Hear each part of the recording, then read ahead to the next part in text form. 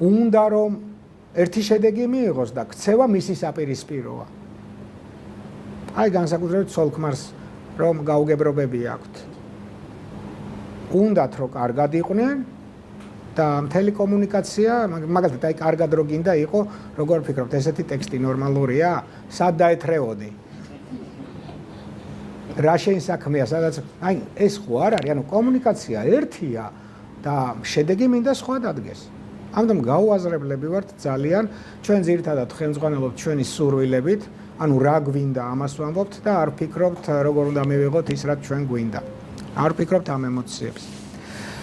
თუ რაღაცა თქვენს ცხოვრებაში არ ხდება ისე როგორც თქვენ გინდათ, მხოლოდ და მხოლოდ არის თქვენი ბრალი. იმიტომ რომ როგორც კი მე სხვას ვაბრალებ, მე განვითარებას წვითავ. ჩემი თავი აღარ მუშაობს განვითარებაზე, იმიტომ რომ მან მიიღო პასუხი, რატო არ გამოვიდა ესა თუ ის რაღაცა. პასუხი მიიღო და დაამთავრა. ნახეთ, როგორ გიჯერებთ თქვენი თავი თქვენ ჩემ მაგალითებზე პირადზე და მე ისეცაც გეტყვით ნამდვილად თქვენც რო გქონიათ, იმიტომ რომ მოვიფიქრე როგორც იქნა ეგეთი მაგალითი ყველას რო გქონიათ. პირველი მაგალითი რომელსაც ლექციაზე ყვებოდი, ეს იყო რომ ავარიაში მოვყევი მეთქი და მოვყევი რატო? ბათუმში მივდიოდი დაღლი, ღამე იყო და ქობულეთთან რომ მივედი, ეს ატრაქციონი როა ციცინათელასი ის რო დავინახე, არასწორად გავიფიქრე. ცოტა მანძილი რჩება და მე გავიფიქრე ჩამოვედი მეთქი. ანუ გამიფიქრებინა რომ ახლოს ვარ და არა ჩამოვედი. გავიფიქრე ჩამოვედი და ჩამეძინე.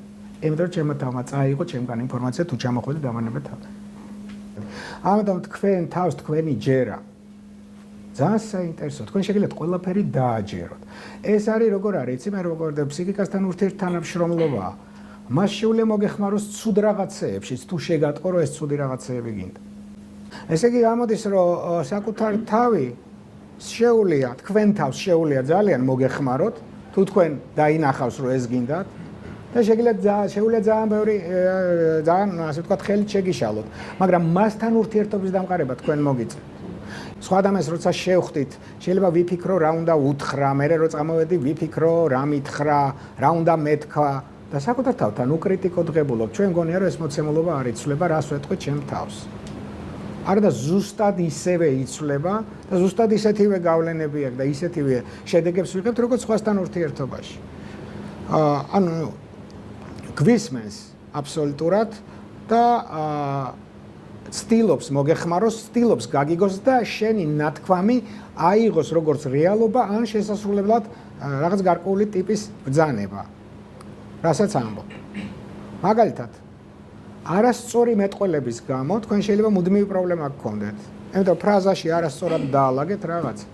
ხო, ნუ ჯერ იმას ვამბობდი, რა ქვია, თქვენ რომ მუდმივ კომუნიკაციაში ხართ, იმის მაგალითი, რომ მაინც წარმოგადგენთ, აი მარტო ხარ სახში მაგალითად, წევხარ და გაახილეთ თვალები და დილის რაღაც 8 საათია. და გაიფიქრე, რომ დღეს ხო კვირა, არსად არ მიდიხარ, მაგრამ აუცილებლად გაიფიქრე. მე გაიფიქრებ, რომ შენ შეგიძლია დაიძინო 3 საათი, მაგრამ გაიფიქრებ, ეგ არის თქვენ თავთან საუბარი. და დაიძინე ისევ და გაგეღვიძა 3 საათზე მაგალითად და აპირებდი 11-ზე ადგომას. და მაგრამ გაბრაზდი, იმიტომ რომ ნახევარი დღე გავიდა და შენ თან შეიძლება უთხრა რომ აეთრიე გეყოფა, შეიძლება. და რო მიდიხარ იქითკენ, რა ქვია, აბაზანისკენ შეხედე შენ თავს და რას გევხარ. გასუქდი ძალიან. ესეც შენ თავს ელაპარაკები. იქვე მიიღო გადაწყვეტილება რომ დღეიდან აღარ ჭამ. და შეო მორჩა, არ ჭამა, არც მა, არც კამფეტი, არაფერი. და ნახე რა გააკეთე, გააღეს, შეჭამე ვაშლი და გადაწყვეტილი გაქვს მთელი დღე იმ ვაშლზე ხარ. და მეორე დღეს მიხვედი სამსახურში და ვიღაც დაბადების დღეა და მოათრიეს ტორტი. რომელსაც რო უყურებ ძალიან გინდა. ეხლა შენ თავთან დაგჭირდება მოლაპარაკება, იმიტომ რომ წინა შეთანხმება უნდა დაარღვიო. და მოგიგონებს რაღაცა და არა, ნუ არა, აზრი ამათთან ეხლა რა დიეტა გამოვა, ბოლო-ბოლოს შეგულებაში გავალ მე. ან ახალი წლების მერე და ასე შემდეგ მოვიგონებ როგორ დავარღვიო ჩემ თავთან პირობა. ნახეთ, საკუთარ თავზეა ლაპარაკი, არავის არ დაპირები ხართ, მაგრამ იქაც თქვენი თავის შებმა გჭირდებათ რაღაც საკითხებში. რომ დაითანხმოთ, იმიტომ რომ შენ არ ყვე პირობას შენ თავთან. ის რომ კიდევ თქვენი ეს რა ქვია, სიტყვები, არასწორი ფიქრები თვითონ მას აბნევს, თქვენ თავს აბნევს.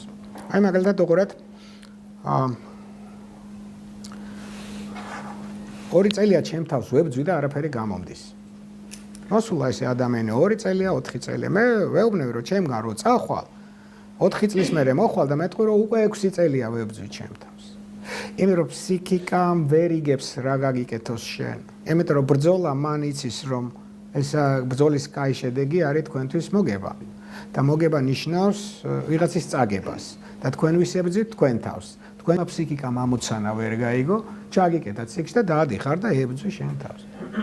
და როდის ხდება იცი თქვენ თავთან ბრძოლა, ერთი ფრაზა უნდა თქვათ, მე ჩემ თავს არ ვებძვი. და თავდება. ვიღაცა მეუბნება ისაო, აბაო რაღაცა რომ მინდა და არ გამომდისო, რა ვთქვაო. მე ვთხარი, მანქანისტარება რო არ იცოდი და სწავლობდი, რას ამბობდი, რომ ეხლა ჩავედი მე საბრძოლველად მანქანას და ამიტომ მისთვის გასაგები ენა უნდა იყოს, თქვენი ფსიქიკისთვის გასაგები. ყველა სიტყვები გითხარით ხატებთანაა დაკავშირებული და ემოციებთანაა დაკავშირებული.